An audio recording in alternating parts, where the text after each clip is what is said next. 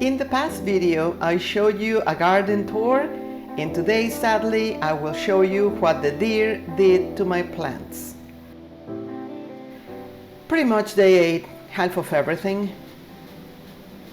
So I wonder, will plants grow back after the deer ate them?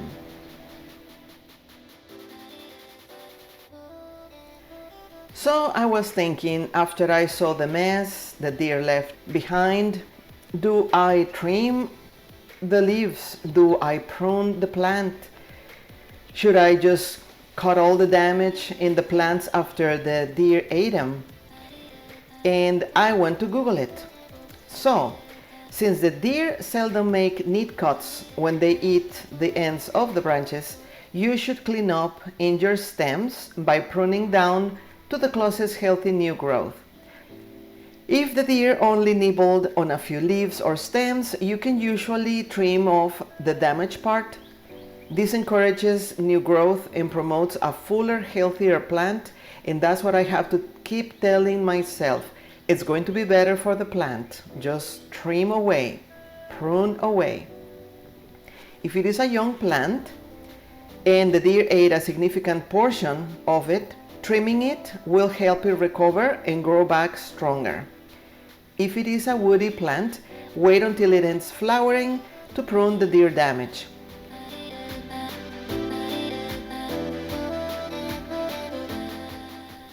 Hello, this is Martha with The Living Backyard, and I am very happy that you're visiting today.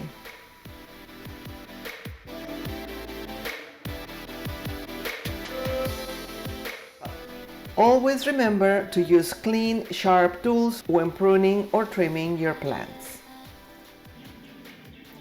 I'm cleaning the shears because who knows what I cut before, and I'm just using literally hand sanitizer, nothing fancy, but it helps not to give the poor plant more drama.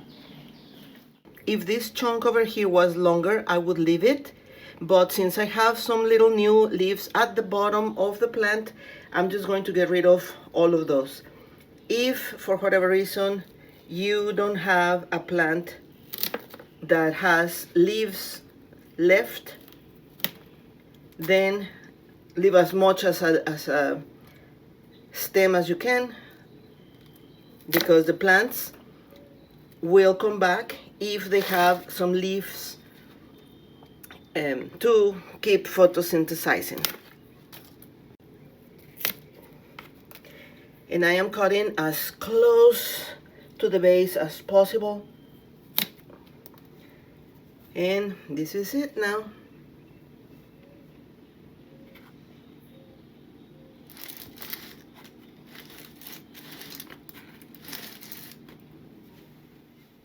If you like this video, give it a thumbs up. That helps the channel a ton, and also it tells your friends that you're enjoying this content and gardening videos.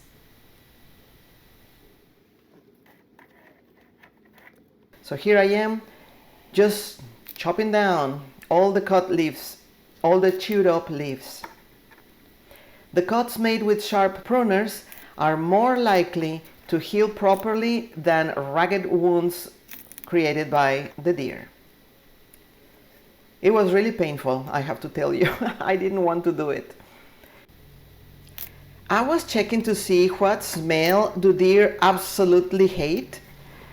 And besides the deer repellents that you can find at the store, in my personal opinion, deer hate rosemary. And that smells 1,000 times better than other repellents. With that said, I am still planning to buy a gadget that hopefully will keep them away, but that will be in another different video. What does deer damage to plants look like? As you can see, sometimes you can see the teeth marks, and other times they eat the whole leaf.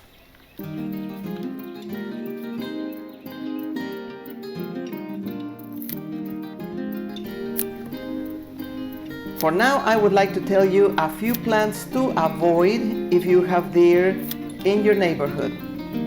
Number one is hostas, also roses and daylilies. and apparently, in my case, salvia.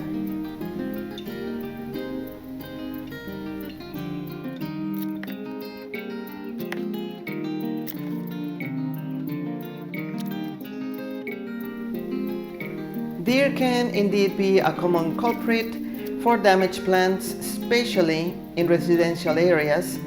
Here are a few steps you can take to prevent this from happening to you in the future. We gardeners need to fight this. Use deer-resistant plants. Some plants are less attractive to deer. These include plants with strong scents, fuzzy or prickly leaves, toxic properties. Some examples include lavender, rosemary, which is my favorite, and ferns. Although that's kind of like a maybe, baby, because sometimes if they are hungry, they are going to eat the whole fern. I'm here to tell you. Physical barriers. You can place fences or screens around your plants. The fence should be at least 8 feet tall, as deer can jump high. Alternatively, you can use a mesh screen to cover individual plants, and that's what we have been doing to all the baby trees we planted, because of course they had to go and chew on the plant, on the leaves.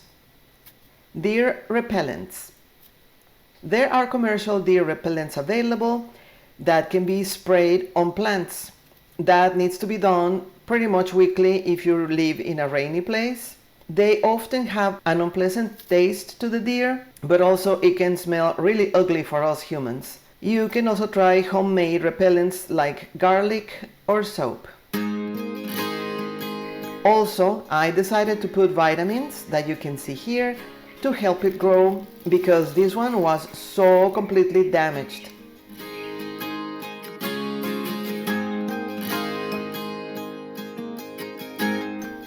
Devices that create light, sound, or water spray when they detect motion can scare away deer, or at least some deer.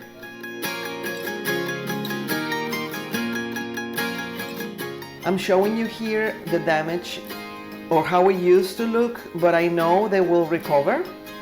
And they also attack the geranium, which in this case I decided to take some samples of here and propagate it.